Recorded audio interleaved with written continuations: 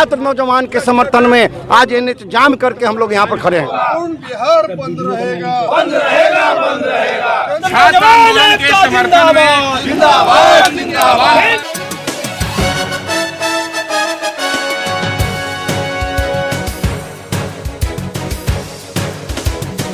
देश का छात्र नौजवान जाग गया है और इस देश के छात्र नौजवान के साथ हम राष्ट्रीय जनता दल महागठबंधन के लोग उनके हर दुख सुख में खड़े हैं। इस न्यूज के प्रायोजक हैं अफजल फर्नीचर।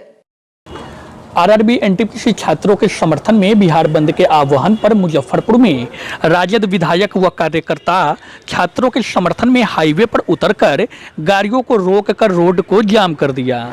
कांटी थाना क्षेत्र के सदातपुर सुधा डेयरी के समीप NH 28 व NH 57 को जोड़ने वाली मुख्य चौराहे पर सुबह से ही राजद कार्यकर्ताओं ने कब्जा कर लिया था। NH पर आगजनी करते हुए राजद कार्यकर्ताओं ने केंद्र सरकार के खिलाफ प्रदर्शन कर जमकर नारेबाजी की। मुजफ्फरपुर राजद के जिलाध्यक्ष रमेश गुप्ता, विधायक निरंजन राय व इसराइल मंसूरी बंदी को सफल बनाने के लिए कार्यकर्ताओं के साथ सड़क पर उतरे थे। जिलाध्यक्ष रमेश गुप्ता ने कहा कि केंद्र सरकार गोली और लाठी के बल पर छात्रों की आवाज को दबाना चाह रही है, जिसके खिलाफ बिहार के तमाम विपक्षी दल एकजुट होकर छात्रों के साथ खड़ी है। विधायक निरंजन राय ने कहा कि छात्र नौजवानों पर सरकार जुल्म कर रही है। वहीं विधायक इसराइल मंसूरी ने कहा कि 2 करोड़ युवाओं को रोजगार देने की सपना दिखाकर केंद्र सरकार एक तो वादा खिलाफी का काम कर रही है। आरआरबी और एनटीपीसी परीक्षा परिणाम में धांधली के बाद जब छात्रों ने आंदोलन शुरू किया तो उनकी आवाज को दबाने के लिए केंद्र और राज्य सरकार द्वारा छात्रों पर बर्बरतापूर्ण लाठियां बरसाई गई। छात्र अपने हक अधिकार की मांग कर रहे थे, लेकिन सरकार अब आंदोलनकारियों के ऊपर लाठी डंडे से प्रहार करके उनकी आवाज को दबाने की कोशिश करने में लगी हुई है।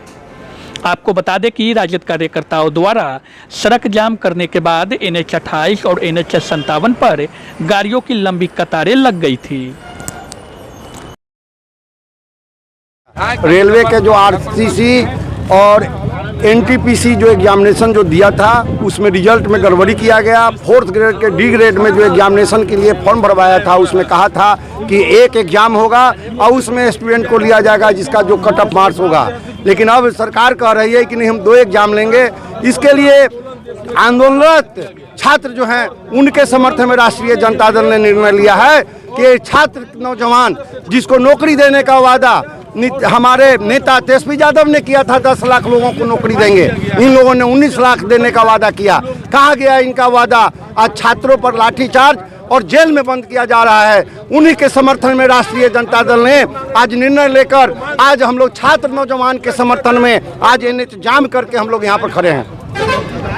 पर ये जो युवाओं पर जुल्म ढाया जा रहा है उसी के खिलाफ आज पूरा बिहार बंद में राष्ट्रीय जनता दल और महागठबंधन समर्थन कर रही है कि छात्रों के और जो युवाओं के साथ अन्याय हो रहा है उसमें हम लोग उनके साथ खड़े हैं। जिस तरीके से 2014 में नरेंद्र मोदी की सरकार ने इस देश के करोड़ों नौजवान बेरोजगार छात्रों को लॉलीपॉप देने का काम किया था और बोला था कि हम 2 करोड़ बेरोजगार नौजवानों को रोजगार देने का काम करेंगे, लेकिन आज जिस तरीके से आरआरबी और एनटीपीसी के परीक्षाओं में जो धांधली करने के बाद और जो छात्र व्याकुल होकर के अंतिम समय में स्वतः आंदोलन इस देश में छेड़ने का काम किया, लेकिन जिस तरीके से छात्रों के आंदोलन को बंदूक के कुंदे से और हॉस्टल में घुस करके जिस तरीके से छात्रों को मारने के काम किया गया है और जेल भेजने का काम किया है, यह बहुत ही निंदनीय घटना है।